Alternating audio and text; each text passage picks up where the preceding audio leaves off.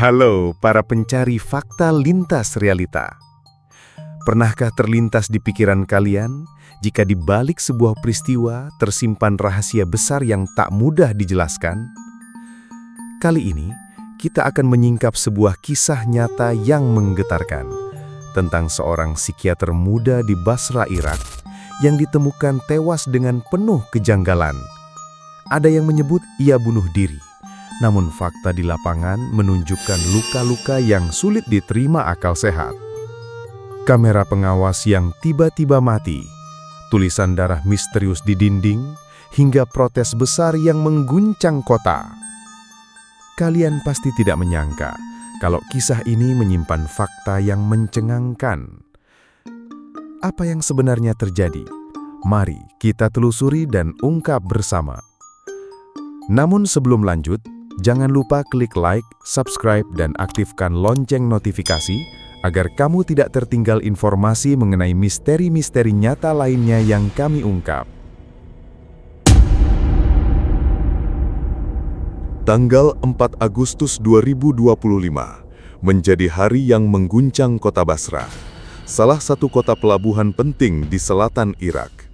Di sebuah rumah yang tampak tenang dari luar, namun menyimpan kengerian di dalamnya. Seorang psikiater muda bernama Ban Ziad Tariq ditemukan tak bernyawa. Usianya baru 30-an, wajahnya dikenal cantik, ramah, sekaligus cerdas. Selama hidup, ia sering memberi edukasi tentang kesehatan mental kepada pasien dan masyarakat umum, sebuah peran yang jarang dijalani dengan sepenuh hati di tengah situasi sulit di Basra. Kabar kematiannya dengan cepat menyebar, menggemparkan rekan sejawat, pasien, hingga masyarakat luas. Awalnya, otoritas menyebut kematian ini sebagai bunuh diri. Namun sejak detik pertama kabar itu tersebar, keraguan sudah mulai muncul. Tubuh Ban ditemukan di kamar mandi rumahnya. Laporan awal menyebutkan adanya luka dalam di pergelangan tangan, seakan ia mencoba mengakhiri hidupnya sendiri. Namun fakta di lapangan segera menimbulkan banyak pertanyaan. Luka tersebut bukan luka dangkal, melainkan sangat dalam, hingga hampir mencapai tulang. Sementara bagi seorang psikiater yang memahami metode bunuh diri, pilihan cara ini dianggap aneh dan tidak lazim. Di dinding kamar mandi, terdapat tulisan dengan darah berbunyi, "I want God." Sebuah kalimat yang justru memperkuat rasa misteri. Kata-kata itu, apakah benar milik Ban, atau hanya pesan yang sengaja ditinggalkan seseorang untuk menyesatkan penyelidikan? Lebih jauh lagi, sejumlah tanda fisik menambah kejanggalan. Di leher Ban, terdapat jejak yang mirip bekas strangulasi, seakan ia pernah dicekik. Beberapa memar terlihat di tubuhnya, mengindikasikan adanya perlawanan. Dan yang paling mencurigakan, kamera pengawas di rumahnya ternyata mati beberapa saat sebelum kematiannya terjadi. Fakta ini membuat banyak pihak semakin ragu dengan kesimpulan bunuh diri. Bagaimana mungkin seorang psikiater yang paham tentang kesehatan mental, yang justru dikenal aktif membantu pasien mengatasi depresi, mendadak memilih mengakhiri hidupnya dengan cara brutal seperti itu? Saat berita menyebar, publik langsung bereaksi. Di jalan-jalan Basra, orang-orang mulai berdiskusi, mengaitkan kematian ini dengan berbagai teori. Ada yang menyebut Ban telah menjadi korban dendam pribadi. Ada pula yang menilai kasus ini terkait dengan tekanan sosial di lingkungan kerjanya. Namun yang paling banyak diperbicarakan adalah kemungkinan ia dibunuh, lalu kematiannya ditutupi dengan narasi bunuh diri. Apalagi kasus semacam ini bukanlah yang pertama terjadi di Irak. Sejumlah tokoh perempuan yang vokal atau aktif di bidang kesehatan pernah ditemukan meninggal dalam keadaan misterius. Rekan-rekan sejawat Ban pun menolak diam. Mereka merasa kehilangan sosok yang selama ini menjadi panutan dalam profesi psikiatri. Beberapa dokter dan pengacara bahkan menyuarakan protes di depan gedung pengadilan setempat. Mereka menuntut agar penyelidikan dilakukan ulang dengan melibatkan tim forensik independen. Menurut mereka, terlalu banyak kejanggalan yang tidak bisa dijelaskan dengan narasi bunuh diri. Kata-kata itu bergema dalam aksi massa. Kami ingin keadilan, bukan cerita palsu. Keluarga Ban sendiri terlihat terpukul. Ayah dan saudara-saudaranya mengaku hancur menerima kenyataan pahit ini. Namun di sisi lain, mereka menolak dilakukan autopsi terhadap jenazah. Keputusan ini justru menambah kebingungan publik. Mengapa keluarga seolah ingin mempercepat pemakaman, padahal bukti forensik bisa menjadi kunci utama untuk menemukan kebenaran? Penolakan ini membuat ruang spekulasi semakin luas. Apakah mereka menyembunyikan sesuatu, ataukah mereka hanya tidak tahan melihat tubuh Ban diperiksa lebih jauh? Seiring waktu berjalan, opini publik kian terbagi dua. Sebagian masih percaya Ban memang mengalami depresi dan akhirnya memilih jalan pintas. Namun sebagian besar meyakini bahwa ia adalah korban pembunuhan yang dirancang dengan rapi. Suasana kota Basra semakin panas, diwarnai demonstrasi kecil hingga perdebatan di media sosial. Banyak yang menganggap bahwa kasus ini bisa menjadi ujian bagi sistem peradilan Irak. Apakah berani mengungkap fakta sebenarnya, atau justru menutupinya dengan dalih laporan medis? Gelombang pertanyaan yang terus bergulir ini akhirnya menekan pemerintah. Gubernur Basra dan kepolisian lokal diminta memberikan penjelasan lebih detail. Namun jawaban mereka tetap sama, menunggu hasil investigasi lengkap dari tim forensik. Sementara itu, rumor terus berkembang, seolah menegaskan bahwa di balik kematian psikiater cantik ini, ada rahasia besar yang belum terungkap. Misteri itu masih menggantung, menggetarkan hati siapapun yang mendengarnya.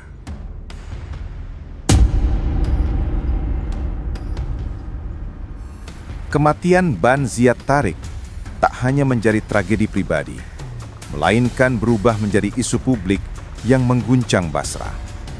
Beberapa hari setelah jasadnya dimakamkan, jalan-jalan kota dipenuhi oleh suara protes. Puluhan orang berkumpul, mulai dari mahasiswa, aktivis, hingga tenaga medis. Mereka membawa poster bergambar wajah Ban dengan tulisan besar yang menuntut keadilan. Suara lantang bergema, menolak narasi bunuh diri yang sejak awal disampaikan otoritas.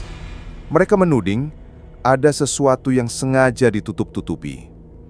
Para pengunjuk rasa menyuarakan argumen yang sulit dibantah.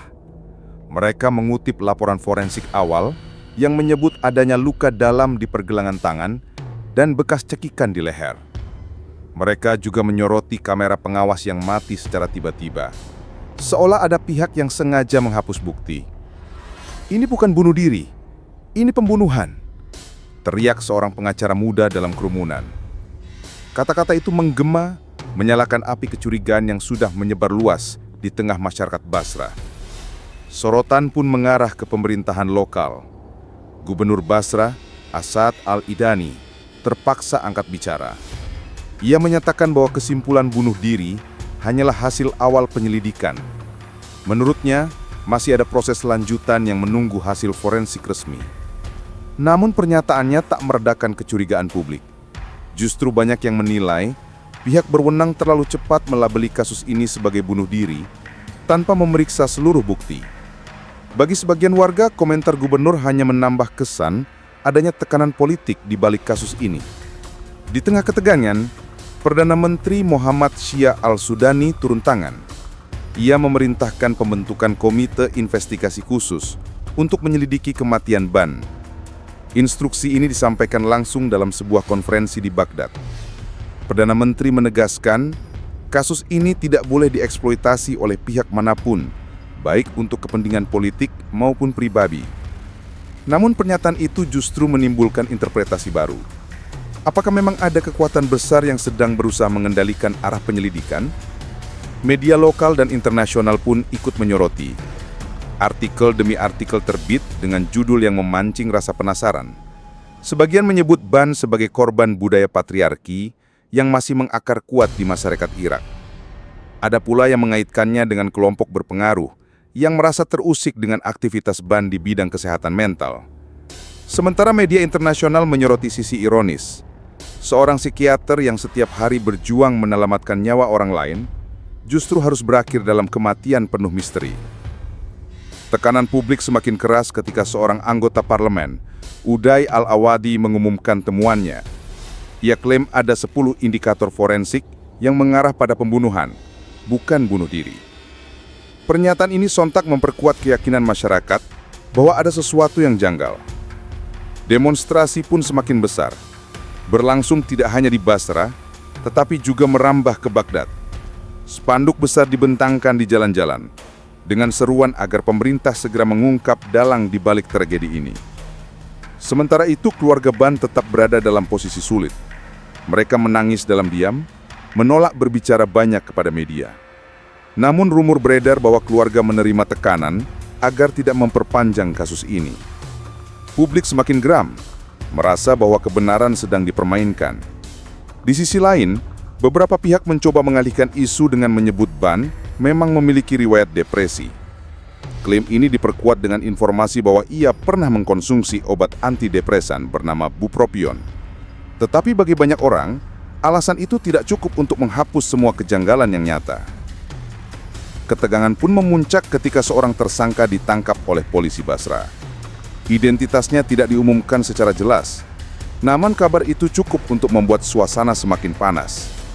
Media sosial penuh dengan spekulasi, mulai dari teori tentang pembunuh bayaran, hingga tuduhan terhadap orang-orang berpengaruh di Basra. Semua informasi saling tumpang tindih, membuat publik semakin bingung, sekaligus semakin penasaran. Kini seluruh perhatian tertuju pada hasil investigasi resmi yang dijanjikan pemerintah. Komite khusus yang dibentuk oleh Perdana Menteri disebut sedang bekerja, memeriksa saksi, meneliti bukti, dan menunggu laporan akhir forensik. Namun di balik janji transparansi itu, banyak yang khawatir kasus ini akan berakhir seperti kasus-kasus misterius lain di Irak. Ditutup saja begitu, tanpa jawaban yang jelas. Misteri kematian psikiater cantik Basra terus membara, menjadi topik hangat di setiap sudut kota.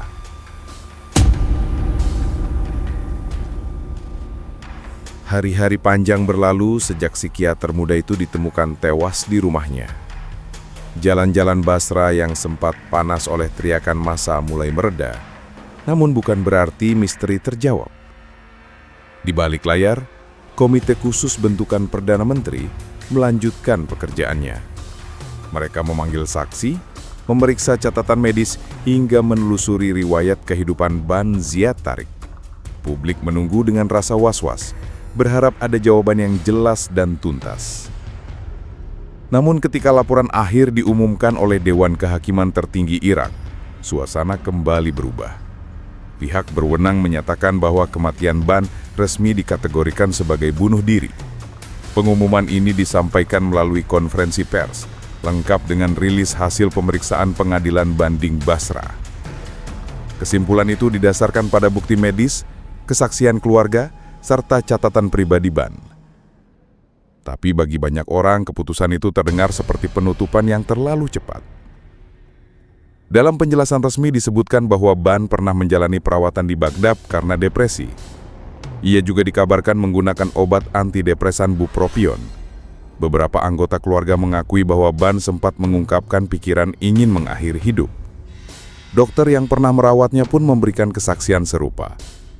Semua itu menjadi landasan mengapa pihak kehakiman yakin bahwa kematiannya adalah bunuh diri. Namun publik tidak puas.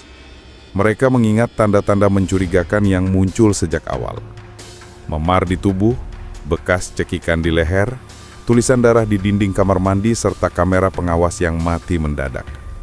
Fakta-fakta ini tidak dijelaskan secara detail dalam laporan akhir. Kekecewaan pun membesar. Bagi sebagian orang, keputusan itu terasa seperti upaya meredam gejolak, bukan jawaban yang sesungguhnya. Di jalanan Basra, suara protes muncul lagi, meski tak sebesar sebelumnya. Para aktivis menuntut transparansi penuh, meminta agar hasil otopsi independen dilakukan. Namun semua itu kandas karena keluarga menolak otopsi sejak awal. Penolakan keluarga ini kembali menjadi perbincangan. Ada yang percaya mereka hanya ingin menjaga kehormatan Ban. Ada pula yang curiga, keluarga mendapat tekanan dari pihak tertentu. Apapun alasannya, keputusan itu menutup peluang adanya bukti baru. Sementara itu media terus menggali sisi lain dari kehidupan Ban. Beberapa jurnalis menyoroti peran Ban sebagai psikiater perempuan di lingkungan konservatif, di mana stigma terhadap kesehatan mental masih kuat. Ia dikenal berani, sering tampil di media lokal untuk mengedukasi masyarakat tentang pentingnya perawatan jiwa. Ada yang menduga keberaniannya ini membuatnya memiliki musuh. Namun tanpa bukti nyata, semua tetap sekadar spekulasi. Di media sosial, perdebatan masih berlangsung sengit. Satu sisi mendukung kesimpulan resmi dengan alasan riwayat medis Ban. Sisi lain menolak dengan alasan bukti fisik yang janggal. Tagar tentang Ban sempat menjadi tren di Irak, bahkan menyebar ke luar negeri. Dukungan untuk mencari keadilan datang dari diaspora Irak di Eropa dan Amerika. Mereka menilai kasus ini mencerminkan lemahnya sistem keadilan sekaligus kondisi rawan bagi perempuan profesional di Irak. Meski pemerintah telah menyatakan kasus ditutup, bayangan misteri tetap menyelimuti. Bagi sebagian orang, kematian Ban hanyalah angka lain dalam daftar panjang kasus yang tak pernah benar-benar terpecahkan di Irak. Namun bagi mereka yang mengenalnya, Ban adalah sosok nyata. Seorang psikiater penuh dedikasi yang hidupnya terhenti di tengah jalan, meninggalkan jejak tanda tanya yang tak mudah dihapus. Kisahnya kini terus dikenang, menjadi simbol perjuangan sekaligus misteri yang membekas dalam sejarah Basra.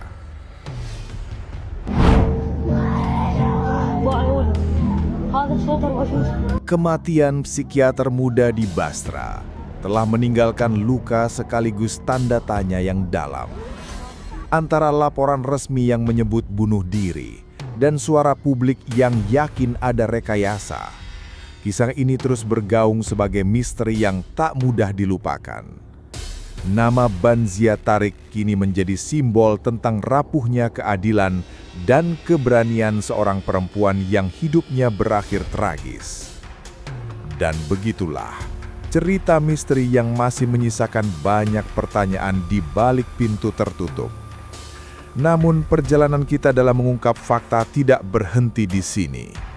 Masih ada banyak kisah nyata lain yang menunggu untuk ditelusuri. Penuh teka-teki, penuh kejutan, dan selalu menggetarkan hati.